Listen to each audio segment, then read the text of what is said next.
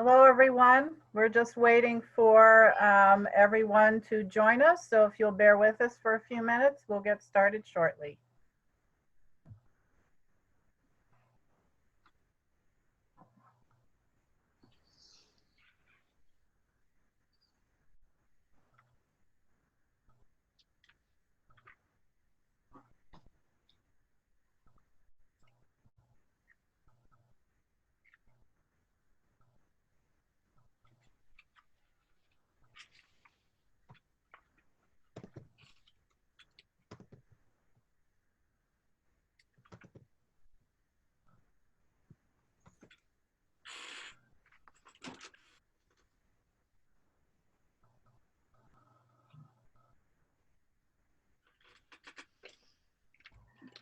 Well, good evening, everyone. Thank you for joining us.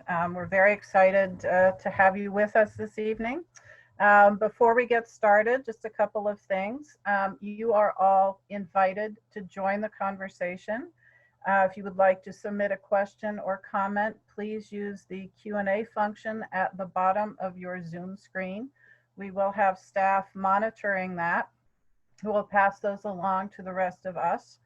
Likewise, if you find that you're having some technical difficulties and can still use the Zoom button, please do so. Our staff will work with you to work out any problems you might have, but hopefully the digital gods will be smiling on us and everything will go smoothly this evening. So the beginnings of this project really began more than a year ago with a conversation. It was actually a conversation with some of us commuting together on the way to the museum. We were listening to the radio and someone happened to mention the fact that 2020 marks the 75th anniversary of the end of World War II, a landmark anniversary. And even though the battles and much of the destruction wrought by this World War occurred far from our mountains, this war nonetheless had a profound effect on Adirondackers and on Adirondack communities. So we felt it was appropriate to mount an exhibition that would talk about this, that would celebrate and share the stories of Adirondackers during World War II. We decided to call it Wilderness to Warfront, the Adirondacks in World War II.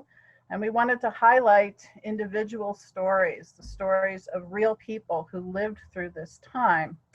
As with any exhibition project, we began by looking for objects, for materials, for exhibit and research, everything from uniforms to photographs, letters, diaries. So we put out a call to Adirondackers, to the public, to see if they had things from their families in attics, closets, saved up at home that they would be willing to share with us to use in telling this story. We held a public event, an in-person collecting event that unfortunately coincided with the very first bad driving day of the season in November. It was snowing and doing all sorts of horrible things outside. But we were really touched and really grateful because we had an amazing turnout in spite of that. People driving all the way from Keene Valley to Blue Mountain Lake to share their parents' and their grandparents' stories, what happened to them, the contributions they made to the war effort during the 1940s. So we started to gather these individual stories, did some more research. And we're very excited when we were looking through the archives of the New York State Military Museum in Saratoga to come across a typed transcript of the World War II diary of a young man named Joseph Minder from North Creek, the former Barton Mines employee who had joined the war, or I'm sorry, had joined the armed forces shortly before the war, before America joined the war. He was stationed in the Philippines and was captured by the Japanese and spent 3.5 years as a Japanese prisoner of war. And here you can see this really wonderful portrait of Mr. Minder later in life in his home in North Creek. And what's really extraordinary was not only that he survived this horrendous ordeal, but that he managed to keep a diary of his experiences. And he did this using papers from Japanese cigarette packages. And you can see him holding one there in his hands in this portrait. The canteen on his left is also important. He used that to save up water and food to help him survive. And the sandals on his other hand he wore in the copper mines while he was a prisoner. But that diary is a precious thing. It is a voice from the past. Joseph Minder speaking to us very directly about what it was like to be in his shoes during this time period. And as we came across more of these stories, we thought it would be a wonderful thing to bring them to life in ways beyond a traditional museum exhibit. So we got in touch with Executive Director Natalie Thill of the Adirondacks Center for Writing, who had a brilliant idea as to how we might go about doing that. So Natalie. Well, thank you. So yeah, I spoke with Adirondack Experience staff, and what came about was clearly there was just this beautiful story. And originally, I think the idea was to maybe put letters and diaries, make an exhibit out of that. But I had suggested, based on programs that the Adirondack Center for Writing had done in the past, that instead we do a dramatic reading of the diary and later on letters. And the conversation, even though ACW does programs throughout the whole region, and the Adirondack Experience is of course based in Blue Mountain Lake, we decided early on that we'd like to have this presentation, this performance in Saranac Lake. And because of that, I suggested we work with Adirondack Center for Writing, dear friends, and many time collaborators, the Pendragon Theater. Yeah, and thank you. Thanks for both thinking of us and bringing us in. So it was getting close to almost a year ago when we first started communicating with each other and thinking about it. My name's Kim Bouchard. I'm the artistic director at Pendragon.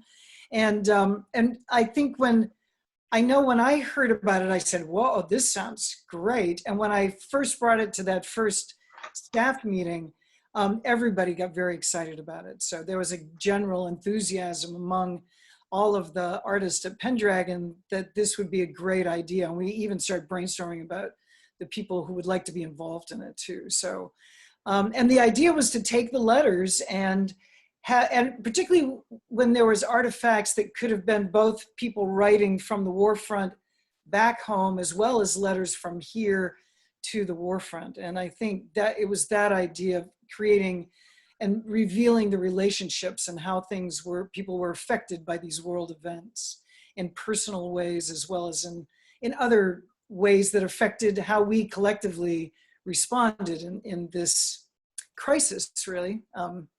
So we were enthusiastic and said yes, and we're really excited about doing it, and started working on it actively. We were meeting, how often was it, Laura, Natalie? We were meeting every couple of weeks, really. Every few weeks, yeah, there was a lot of work put into it. Yeah, getting it ready. We established a date that we wanted to do it. And then,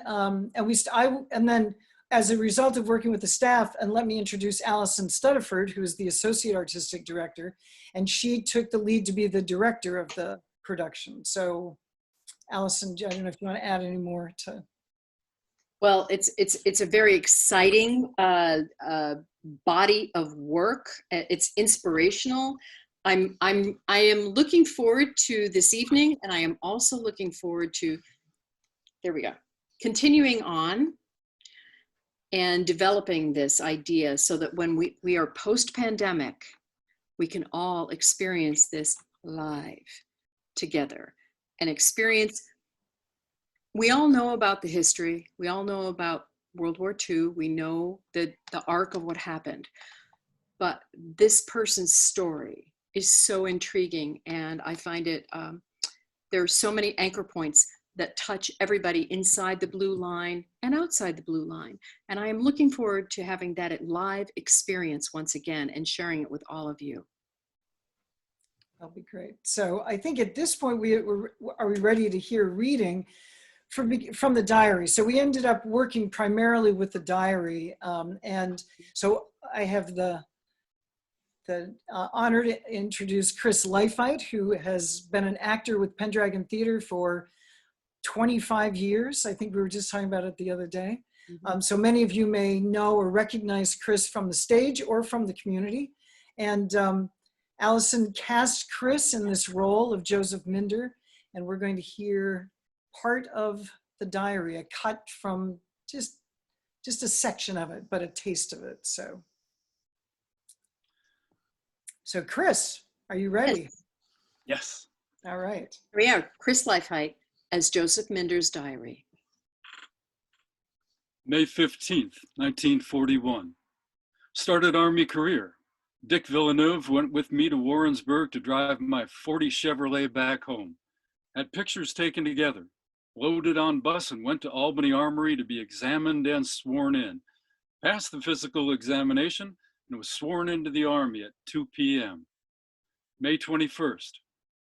I received word this morning while on sick call to pack and get ready to go by train to Fort Leonard Wood this afternoon. It's somewhere in Missouri, the Ozarks. I saw Luther Waldron and several other fellows from Warrensburg before I left. Many of them are homesick already. As for myself, I can't see why they're homesick. Things are happening so fast I can hardly find time to even think about home. August 14th. I just finished my 13 weeks of basic training. I found out this morning that I have been assigned to the 803rd Battalion of Aviation Engineers. September 20th. At 6 p.m., we finally pulled out for the West Coast. October 4th. Today, we got on the boat to Manila, Philippines. We sailed out of San Francisco Bay at 4 p.m. Sea is very rough now. Many guys already seasick. October 23rd. After stopping, we finally landed in Manila at about 7 p.m. What a queer looking sight on the streets of Manila. Trucks, cars, and taxis all drive on the opposite side of the road. There are as many horse and wagons that make up the traffic as there are autos. At 1 a.m., we finally arrived at Fort Statzenberg by bus from Manila. December 8th, 1941. 9 a.m. Paper just came in. Hawaii bombed, war declared. The first flight of Jap bombers went over to bomb Clark Field. Heard their explosions when the Japs dropped the bomb on oil and ammunition dumps. 7 p.m. Just found out how much damage was done at Clark Field. Several hundred killed and injured. Much of the 803rd Engineers' equipment was destroyed. Several men were injured. Our surveying job broke up at noon. I have been put on a machine gun. So far, no Jap planes have come down close enough to get a shot at one. December 22nd. For the past few days, hundreds of Jap planes have flown directly over our field on their way to bomb airfields, oil dumps, and ammunition dumps near here. So far, not a single plane has bothered us. We've been darned lucky. But God only knows how many men were killed already. December 23rd. Japs have broken through the lines and are now only a few miles from here. We're going to have to abandon this field and move to San Jose camp to construct an emergency landing field there. Things are getting hot. December 25th, Christmas Day. Sure don't seem like Christmas. Nothing different from any other day, except we were fortunate to have a little turkey for dinner. I sent a telegram home yesterday. I hope their Christmas at home isn't like this. December 30th. Japs broke through again. We are going to Orani to work on another airfield. December 31st. Bombed for the first time as we were eating supper. Koltov almost had his leg blown off, and 2 other men from my company were also injured by shrapnel. Several Filipinos were also killed. 12 were buried alive when a bomb landed near their bomb shelter. Some of our men dug them out. Only 2 survived. January 1st, 1942. 11 a.m. Japs bombed and strafed while we were working on the field. 4 p.m.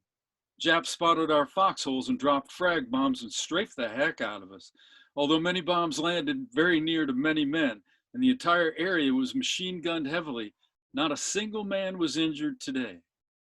January 23rd, 9 a.m. First food and water since 6 a.m. yesterday. Fought 26 hours straight with only one casualty. 2 p.m.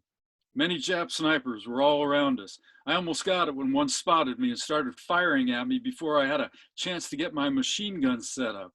It was so thick with vines that we had to cut our way through with our bayonets. We ran into crossfire from Jap machine gun nests. Before we could fall back, they broke the line and killed and wounded about half of us. Robert Ray and Kenny, two close buddies of mine, were the unfortunate ones. Thank God they were both killed instantly and didn't have to suffer like some of the rest did. March 24th. The Japs have been shelling Corregidor every day since we landed here in February. We didn't lose any men until today. Carp and Harrington were killed and many others injured. I thought my number was up when I was bounced around in a foxhole by some large bombs which landed about 100 feet from me. April 8th. Bataan fell. Men arrived here this morning who managed to get away by small boats and gave us the dope of what happened when the Japs succeeded in breaking the lines on Bataan. April 9th, 3 p.m. The Japs have mashed much artillery along the beaches facing Corregidor and really giving us heck now. With only 4 miles of water between us and the mouths of their big guns, Corregidor is trembling as if there were an earthquake. April 12th. Almost got it this morning when I was awakened to find shells dropping all around me. One of our trucks was blown up a few yards from where I slept. April 13th. For every shell which we send at the Japs, about 100 bounce back, cutting off telephones, roads, and all our communication here on Corregidor. May 5th. Plenty of fireworks to celebrate my birthday today. The Japs have been shelling and bombing continually since early this morning. All communications have been cut off. 5 p.m. The Japs seem to be pounding this end of the island heavier than ever before. Marines were forced to leave the beach when all their machine guns were blown up and they were blasted from their foxholes by Jap artillery. 11 p.m. For the past 3 hours, there hasn't been a single break in the hundreds of shells which hit this island. Invasion! A runner just made his way over here through heavy artillery fire. Japs landed. May 6th, 5 a.m. At first I thought I'd be glad to see daylight so we could see what we were doing, but I soon changed my mind. 8 a.m. By this time, we suffered many losses. We managed to continue holding back the main force of Japs until they started landing tanks. With no guns left to combat the tanks, we were forced to surrender at noon. Dead tired, sweaty, dirty, with minor scratches and bruises suffered from diving in shell holes and going through the brush, I climbed on top of a stack of empty ammunition boxes and slept till 5 p.m., at which time the Japs came and stripped us of most of our belongings and marched us down near the Molinda Tunnel where we stayed for the night. May 10th to May 22nd. With very little food and water and no sanitation at all around here, diseases started breaking out and our first deaths caused from diseases started piling up. Filth and flies around were terrible. Dead bodies, men who died on the May 5th and May 6th, still lie on top of the hill uncovered. We tried to get permission to go up there and bury them, but they refused us. May 23rd. Several thousand of us were packed into a small Jap freighter and landed south of Manila. From there, we were marched to Bilibad prison, a distance of about 8 miles. 6 p.m. Received my first meal, prepared by the Japs, which consisted of plain rice. Slept outside on the ground until 5 a.m. May 24th. Marched to the train station and was jammed into closed box cars, 100 men to a car. June 15th. Sick from diarrhea. Got very weak.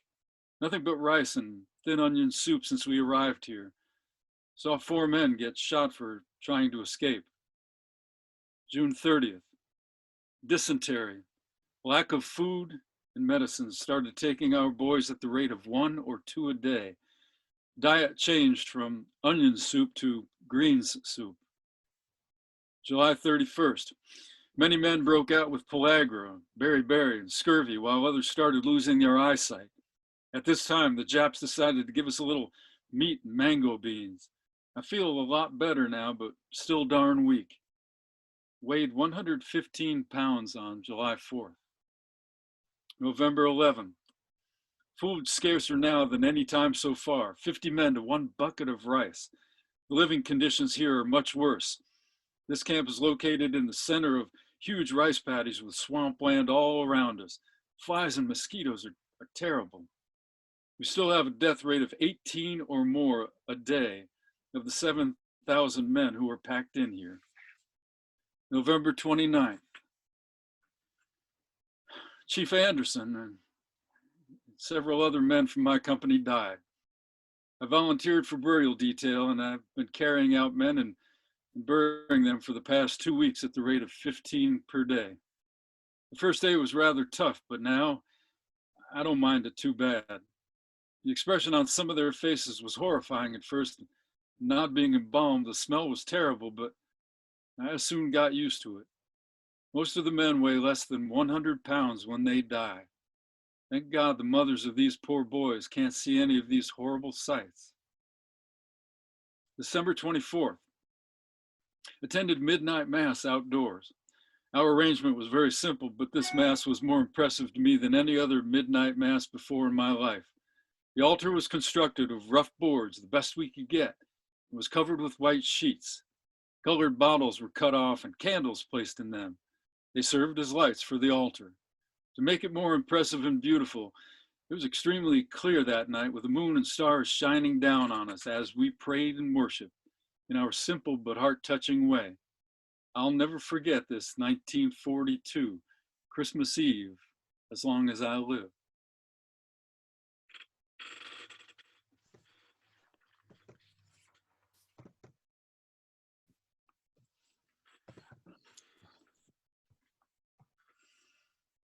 And there we go.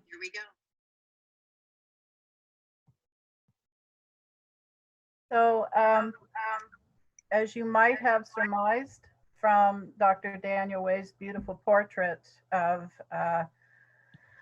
Joseph Minder, he did survive 3.5 years. His diary also survived, and he did come home to North Creek. He married and raised 2 sons. I spoke with one of his sons not too long ago, and we talked a little bit about how Joseph Minder dealt with the aftermath of his experiences. And he said, you know, he never really talked about it. And a lot of the World War II vets never really talked about their experiences. But he did say, you know, it's like he jumped into life with both feet. So after the war, he was a wonderful husband and father to his sons. He became a father figure or surrogate father to some of his sons' friends, the other kids growing up in his community. He was very active with Gore Mountains Ski Center, very active in his community. And his obituary in 2006 kind of summed up how he approached things. It said, while Joe's incarceration as a POW presented untold suffering and loss, his ultimate survival and liberation on September 12, 1945, left him with a genuine appreciation for life, which he carried with him until his final days. So I think his story is sometimes difficult to read, difficult to go through, but ultimately, it's an amazing testament of the resilience of the human spirit, and a testament to the contribution of this amazing man after he came back from the war and became such an integral member of his local community. So we're very pleased to be able to present his story to you this evening. I am, by the way, Laura Rice. I am the chief curator at the Adirondack Experience, the museum on Blue Mountain Lake. I was reminded to introduce myself, so I apologize for that. Joseph Minder's story is one of many that we wanted to tell in this exhibition, Wilderness to Warfront. But life, as Joseph Minder discovered, has a way of throwing you for a loop once in a while. And in March, the world shut down. We collided with another world event of epic proportions, the coronavirus pandemic. And for the first time in our 63 years of serving the public, the museum closed for the season. It was a very painful decision, but one that ultimately we felt we had to make. So since then, we've had to pivot hard to sort of navigate this new reality as an institution. One that really is founded on bringing people into face-to-face contact with artifacts, with stories, with bringing them into a physical space that can put them in someone else's shoes in another place and another time. And so how do we do that when we can't do that? And I know that both Pendragon and the Adirondacks Center for Writing also had to deal with some of that. So we closed. And Kim, I don't know if you want to talk a little bit about what happened with Pendragon this year. Like the Adirondack experience, and we're in the business of gathering people to come into our space and to share our stories. In this case, it's theatrical stories, and to do that live is what we do. And like you, we've been going for 40 years. Last year was our 40th season in 2019. This year would be the 41st, and it was the first year that we didn't have live theater for 40 years. So it was a tough decision. In March, when all of this happened, we pretty early on, because we were just getting ready to write contracts for directors and actors and designers, we cast all the shows, we were all set to go. And then this happened and we thought, whoa, wait a minute, this is going to be profound. And I happened to be in Europe at the time, and I could see what was happening. I could see that this was serious. And so we were one of the first theaters that actually publicly said, we're not going to have a summer season this year. And a lot of people had questions about it. Well, it's, wait a minute. But very soon, the governor of New York also made it very clear that we were not going to have theater this season. So as we all know, all of that was shut down, and we have not been able to open since. It's been, I know when I was thinking about tonight, one of the things that I wrote was that I will no longer take for granted opening the doors of the theater. Opening the doors and welcoming people in is something that I never really appreciated in the same way that I do now. That we always did and now couldn't do anymore. Suddenly it made me realize how important it was. That it was a really, I'm going to treasure it in a way that I didn't before. So anyway, Natalie, what happened? At the Adirondack Center for Writing, we have the luxury because we don't have a space, which is often something that we lament. But in this case, it ended up working to our benefit. We're a small organization, so we were able to pivot very quickly and offer a lot of programs online. And just like in the Minder story, when you hear the whole story, one of the things that you think about is how on earth did he find paper to write this story? Like, how did he write this story? And then, of course, you see these little pieces of cigarette packets and stuff. And what struck me, of course, as the director of the Adirondack Center for Writing, was not just the story, but his need to tell his story. Clearly, he was starving. He was, in an atrocious environment. It was a nightmare, and yet there was this clear compulsion to write it. And I have to say, not that quarantine presented the same kind of horrors, but it still was very stressful and very scary. and people really turned to reading and writing in a way that was really remarkable and honoring for us. We have hundreds more people engaging with us just in an effort to share their stories and to feel more I don't know, to sort of document. So what I'm sharing right now are just, these are all programs that we just started because of COVID. And we did a lot of things online. We've done weekly prod prompts that we were, luckily we have a lot of writers. So we had Bill McKibben and Sue Halpern and Julia Alvarez and all these amazing writers give weekly prompts so that people could not only write, but share their work. We did a bookmobile so we could bring books to people who had been quarantined and unable to get to bookstores. We have raining poetry where we painted poems on the streets and sidewalks of Saranac Lake that you can only see when it's raining. It's a celebration of rainy weather. We do these spontaneous storytelling just to make people laugh, because boy, did people need to laugh.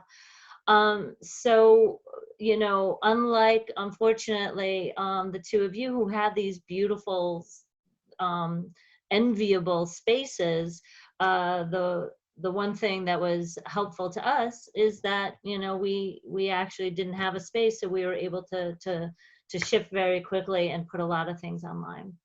So that was our response. Yeah. So we too kind of shifted from the physical space to the digital world. And I have to say, it's been quite a learning experience for all of us, learning to engage with people in the virtual world rather than the real world. We've managed to get some collection materials out there. We're working with schools to try to engage online. But it's very different. And I have to say, it's been very strange walking around the museum in the middle of summer and not seeing a soul. Very strange indeed. I think it's been beautiful though to see how the organizations have all responded, and you know, you guys are doing these great works with the Adirondack Diversity Initiative, and Pendragon has done these really playful videos and short plays with kids and stuff. So the personality of all of our non-for-profit worlds have really kind of bubbled up in new and exciting ways. Of course, we miss everybody, but it has been a real pleasure to watch, you know, the experience in Pendragon and all the other arts organizations in the region really just rise up and be there for their communities. I have to say, Natalie, go ahead. I was just going to say, I think we've learned as a museum to be much more responsive and much more nimble on our feet. You know, we tend to move at a fairly glacial pace, which sometimes you have to when you're relying on physical spaces and installations. You know, it takes time, but doing things in a digital world, engaging people in conversations online, makes it much easier for us to be responsive to the Black Lives Matter movement, to diversity issues, even to COVID, and what's going on right now in people's lives, which is as much a part of our mission as the past and looking at the past. Yeah, Allison, did you want to speak to some of I was gonna say that we've gone from live theater to the digital and online world, and so the learning curve has been very, very steep, very steep, and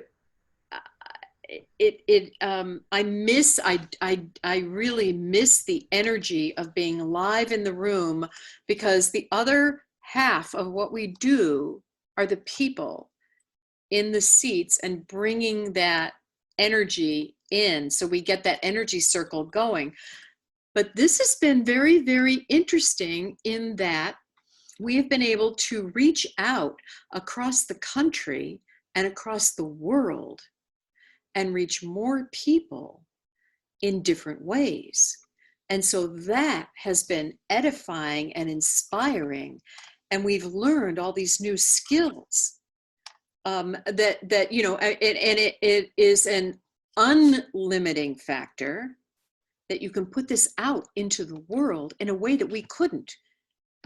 Up until now, we have all been limited to physical space. Yeah. and the land of imagination. But they have to walk through the door to get launched. And now we have other opportunities. Well, I'm very fond of being in the space with people.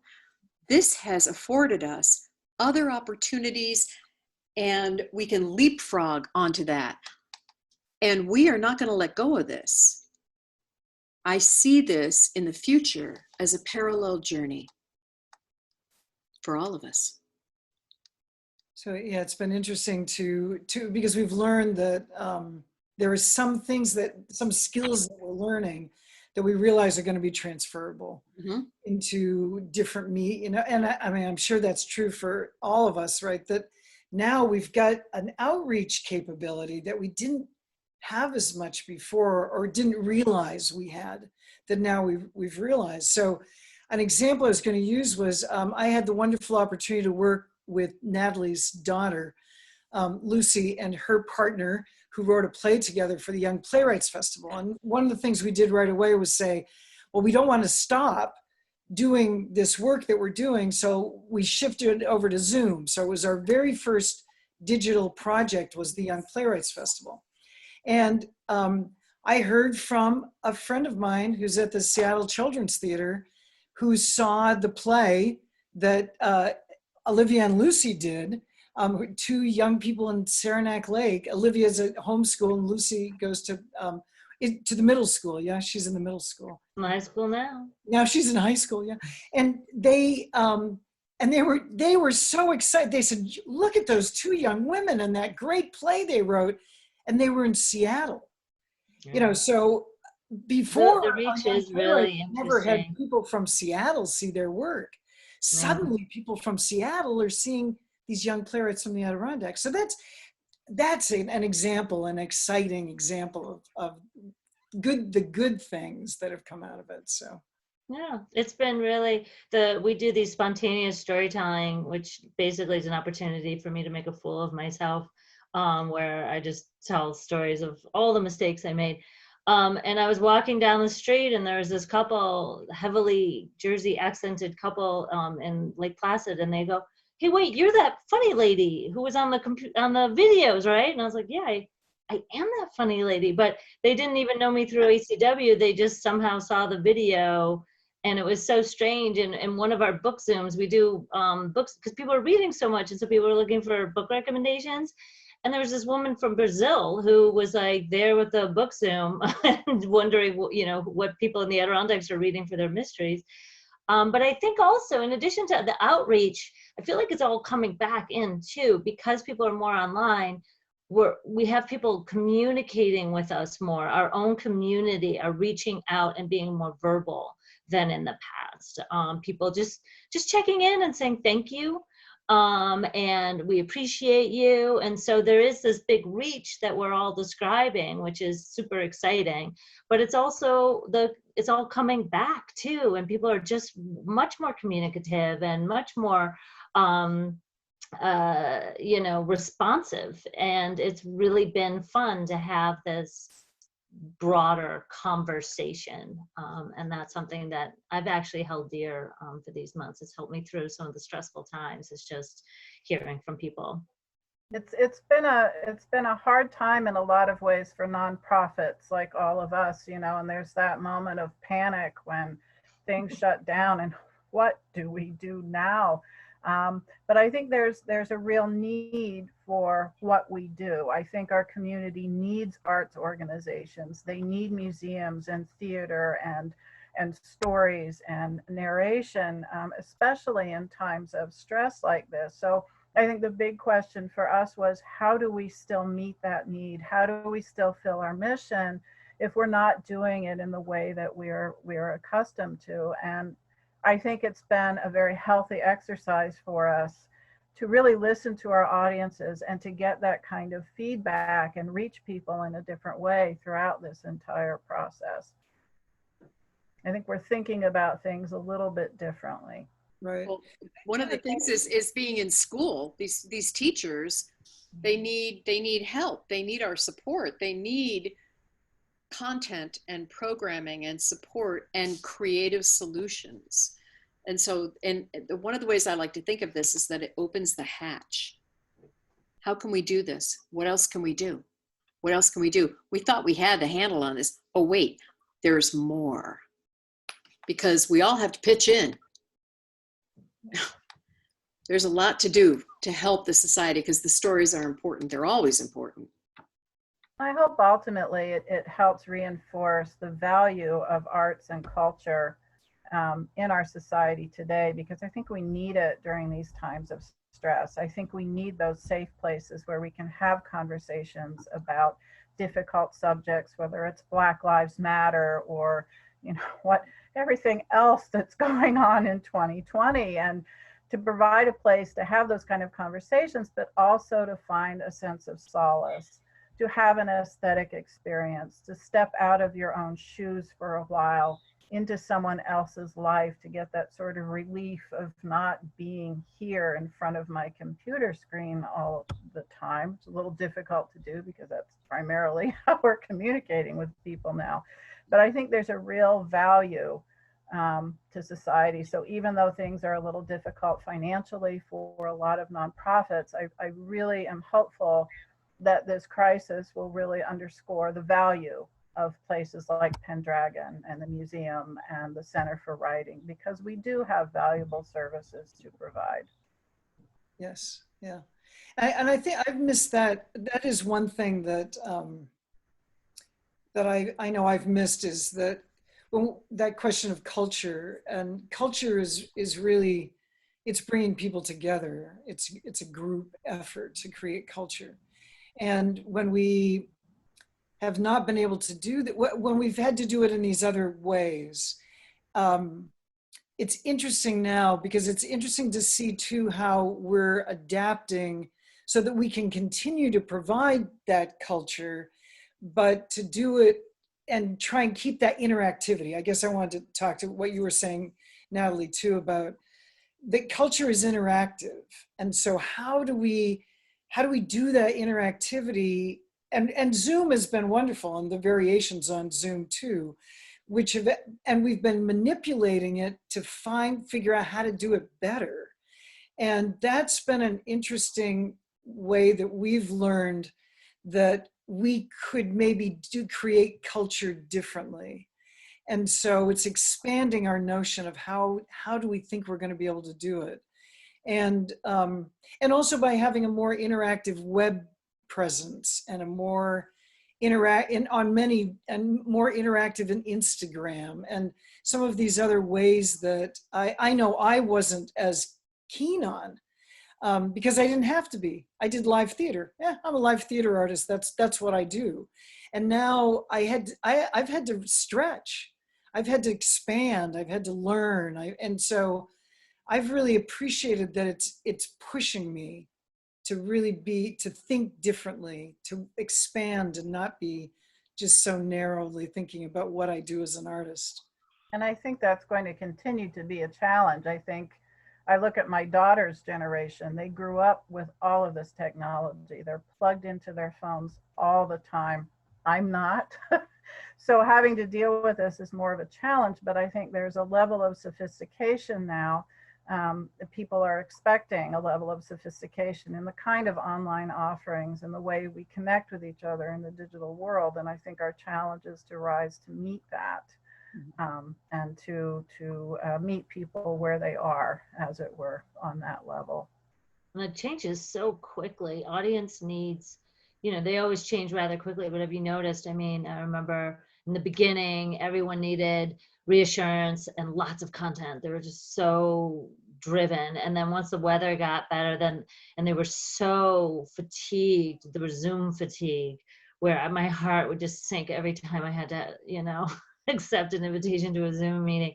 And then, there was points where people really needed laughter and an escape. And it seems like it's on this 2-week cycle where you have to sort of be responsive to what people are really looking for, whether it be, conversations around Black Lives Matter and really like actual unpacking of difficult conversations, to escapism, to reevaluating how we value our lives and our communities. and it's been interesting to try to mirror these very fast shifts, because everyone's inundated all the time. Well, we are just about at 8:15. So I wanted to open it up to our audience. If there are any questions out there for our panelists, any comments that you'd like to share with us?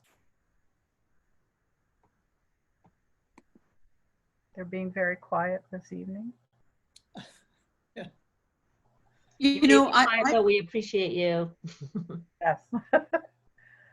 I wanted to just, I don't know that we made clear earlier on that where we had started was with the letters and a theatrical program that we were going to put on, talking about using the actual letters from inside the blue line back and forth from the front. And then tonight what we did is we focused exclusively on a journal written by somebody, a man from North Creek, who, if you ever want to take a look at Betty Little, dedicated the new lodge at Gore Mountain to Joseph Minder. And her speech, you can go online and find it, is extraordinary. It's a tribute to this man. And that's just one of the stories that we chose to focus on tonight. But we're gonna use as the basis of a continuing collaboration between these three organizations and do it live when we can all be live again. A live program based on letters home, letters from home, back and forth from the front, inside and outside of the blue line. So I just want to make sure that that was clear. Right. And what Chris read tonight was specifically just an excerpt from this extraordinary journal that it was so dangerous for him to write on these little pieces of paper and keep secret. High stakes. So it's interesting to me how important stories are to tell. We need, as human beings, to leave a mark and tell the story. And speaking of telling stories in the future, we have a question for Kim, asking about the new home for Theater, where stories will be told in the future. Yes, it's we're very excited about it, but it's also been slowed down as everything else has been slowed down. So our original plan was to open in 2022, and now we're saying realistically it's going to be 2023. But it's in downtown Saranac Lake, across the street from Norrie's and on Woodruff. And Woodruff is one of the streets that's really getting a big upgrade as part of the downtown revitalization. So we're working a lot with the architects. We're very, very close to finalizing the concept design and drawings so that it can go to what's called the schematic design, and then hopefully be sent out for bids so that we can break ground next spring would be great. That's kind of our timeline. So we're very excited about the transformation of the old A&P or the old Newman and Holmes, whatever version of that building that you know, in downtown Saranac Lake. So, and our plan is that it becomes a center for Pendragon Theater, certainly in our productions, but for the broader community. So we have multiple spaces. We have a theater space and then a smaller performance space where, you know, we want to invite Natalie and her writers to come and read and do their work. I know, yeah. So it's going to be a community space, and I think that's really a big part of the conception of it. So very, very exciting. So, and yeah, and if you have any more questions about it, you know, certainly call me. I'm happy to talk about it. Anytime. We're happy to talk about it. Do you have any other questions from our audience?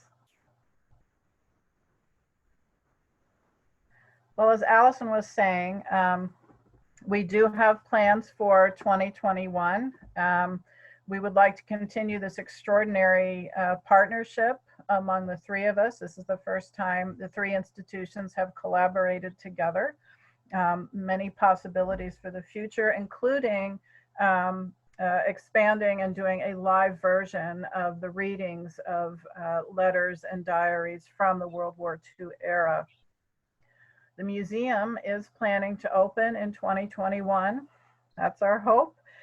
We are planning to install Wilderness to Warfront as a signature exhibit next year. So we invite you to come and see it when we open. Kim, I know you're going to be breaking ground. Do you have anything else you want to add about next year's programming for Pendragon? Yeah, thanks. Yeah, we're we're planning, I'm hoping, on having some form of live interaction with people by next summer. That's our hope. And it was very interesting.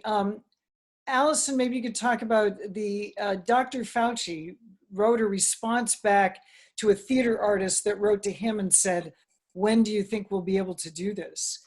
And he had a wonderful response back. And so Allison has it linked, and we'll link it up on our webpage too. We'll put it up in the webpage.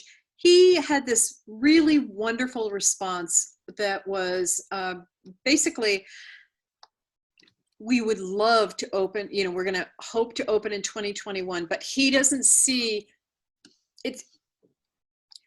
Theaters are in phase 4, but apparently there's actually phase 5 or 6 or 8 where theaters are going to be able to open. But he had a wonderful response that said, yes, I think we will be able to open in the summer. Will it look like December of 2019? No, it probably won't.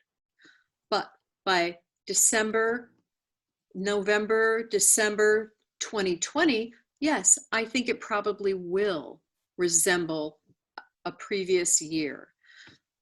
But he did say that he thought that potentially we could open and be wise about it, socially distant, and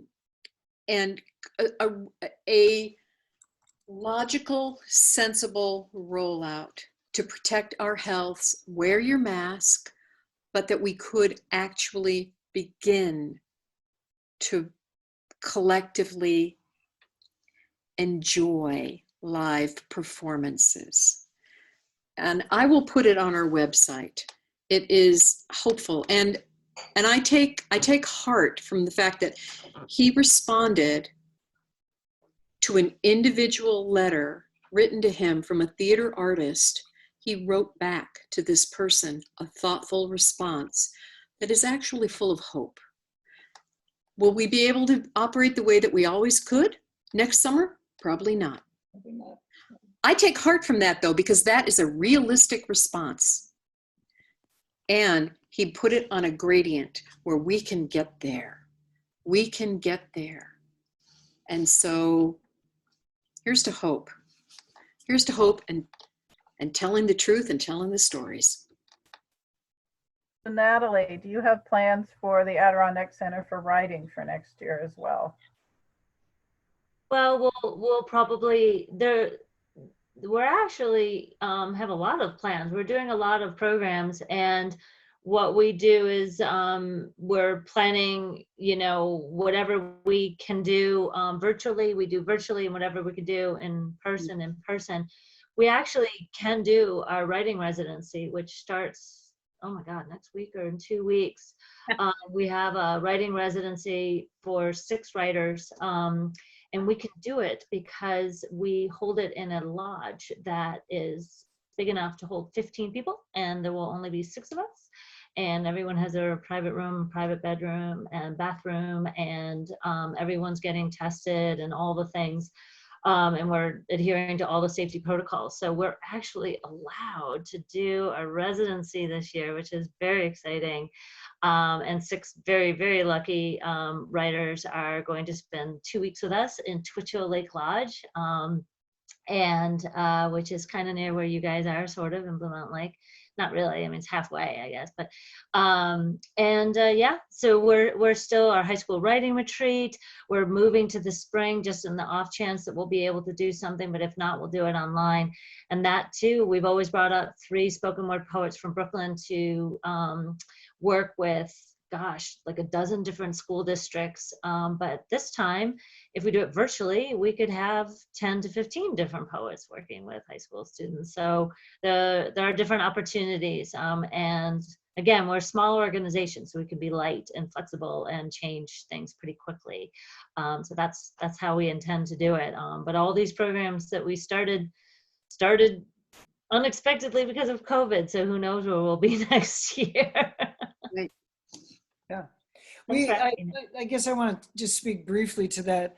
We felt that same thing, that there's something about being a small not-for-profit theater company that has allowed us to be nimble and to say, well, let's try this and see if this works, if that works, and adapt as we go along and try and learn lessons all the way along.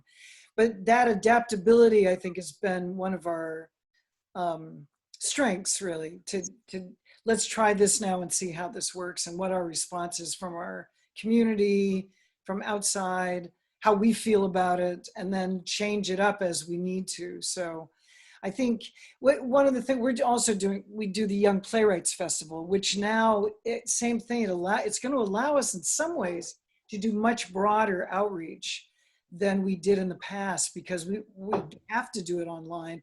The schools are all online.